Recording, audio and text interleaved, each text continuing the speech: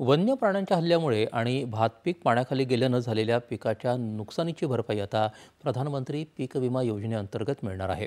केंद्रीय कृषी आणि शेतकरी कल्याण मंत्रालयानं ही माहिती दिली।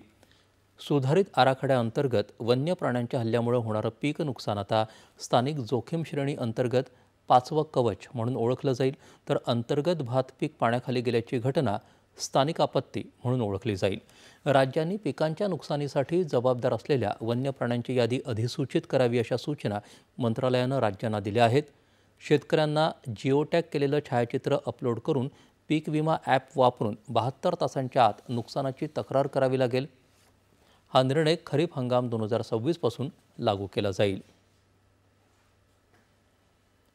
गेल्या काही वर्षापासून देशभरातील शेतकऱ्यांचं हत्ती, रानडुक्कर, नीलगाय, हरिण आणि माकड यासारख्या वन्य प्राण्यांच्या हल्ल्यांमुळे नुकसान होत आहे। आतापर्यंत अशा नुकसानाची भरपाई पीक विम्याअंतर्गत येत नव्हती। आता मात्र या पीक विमा संरक्षणामुळे मानव वन्यजीव संघर्ष अधिक असलेल्या महाराष्ट्रासह अनेक राज्यांमधील शेतकऱ्यांना लक्षणीय फायदा होण्याची अपेक्षा आहे।